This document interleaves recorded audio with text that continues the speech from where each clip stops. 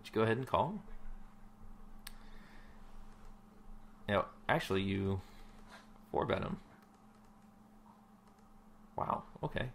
So you figured he was bluffing, and he goes ahead and shoves, and at this point you have to call, and you folded. Okay.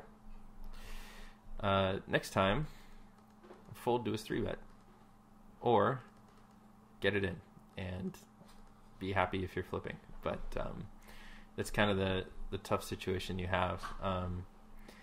If we go back here, you're not getting odds. I mean, if you look at it from beginning right now with a $10 stack and he's got an $11 stack, to get to the flop at $1.40, you're getting horrible odds to set mine. So just watch that situation next time. All right, Jack 8. Not sure why you flatted behind. This is a fold. I mean, Jack 8 suited. I mean, it's a stealing hand if you're going to steal from the blinds, but you're not seeing a flop with this thing. So, not sure if that was a misclick. I don't know. But you do flop trips, which is usually a good thing, and you check it. So that's absolutely the wrong move. Why? You're going to get a ton of value out of a king, and draws at these stakes will call you, and I'm sure there's going to be a few of them. So I don't like the check there. I don't like the slow play. The only hand I slow play at the flop is usually when I flop a boat, or better. So that's a good card for you, and I don't like the call here. I would have loved to raise. You're just giving him any chance to draw out on you at this point. And he goes and bets, and you go ahead and value raise there. He re-raises, you're getting it in, he calls, and he actually shows the flop boat. So total cooler. Looks like you were destined to lose your money on this hand, but again, I guess I go back to Jack 8 suited. Not sure why you're flatting on the button there to begin with. But post-flop, played it way too passively, not knowing what his cards were. I think you really should be getting this in. So that's fine. Play. All right, Ace King. I know this is also a hand we're going to be taking a look at later. Not this particular hand, but Ace King. And so, 3-handed. Wow. So you make a raise, and that guy calls. Top pair, top kicker, looking good. Backdoor straight draw as well, and backdoor flush draws. Checked. C-bet every time. He min raises you, and I think I'm pretty comfortable getting this in at the flop.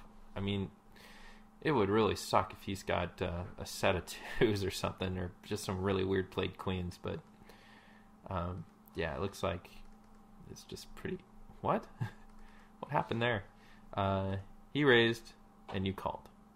Don't know why. He only has $1.60 left. No matter what he does, he's going all in on the turn. So just get it in. Flush fills, so you've got top pair and nut flush draw. So it's an automatic call. He shows flop 2 pair.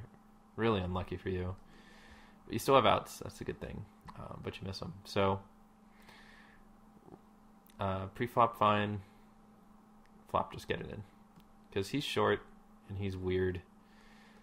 And I think he'd be fine more often than not there.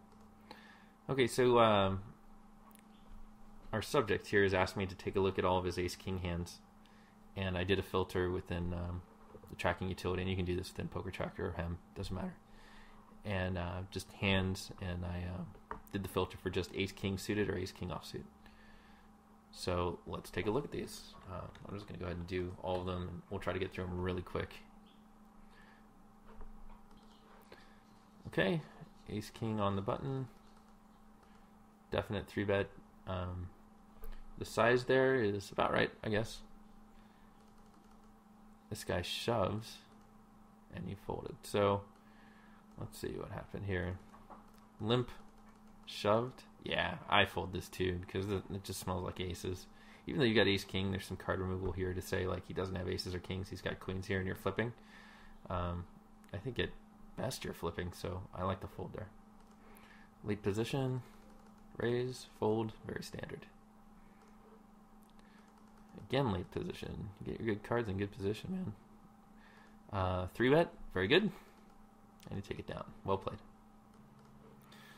Okay, ace-king in the small blind. Under the gun raiser. Couple flatters, and Great 3-bet right there. And so this guy limp raises, and because he has a 40-11, I don't know. I think I'm calling this, and you do too. Yeah. I mean, this was a little bit of a different situation from an under the gun first guy to limp in, and then he shoves over the top, as opposed to a guy who, if he had a good hand, had every chance in the world to raise here. So the limp raise doesn't make sense for a big hand in this situation. So I'm glad you recognized that. Very nice job. Another late position, raise, take it down. This time early position under the gun, good raise.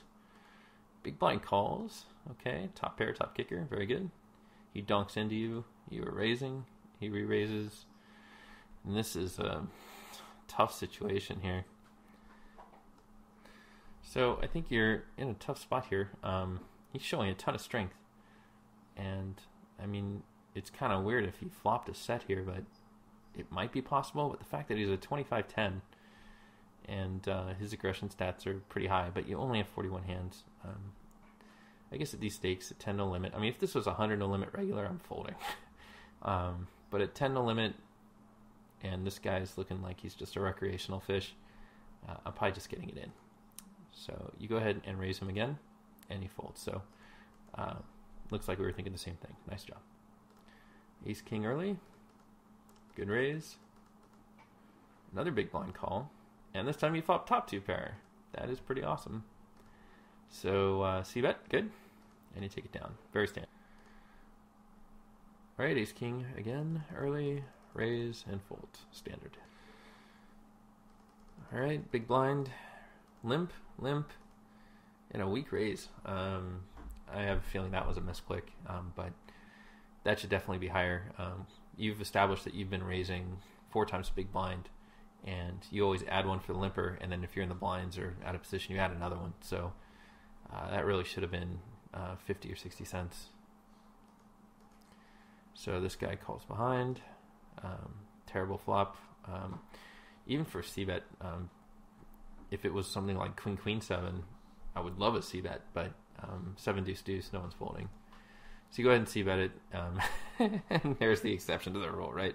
So I guess that's just fine. I mean, he is flatting there. I mean, 41% calling range is any ace, any king, quote unquote decent queens, any pocket pair, but obviously that all the aces, kings, and random queens in there miss, fold. All the pocket pairs call.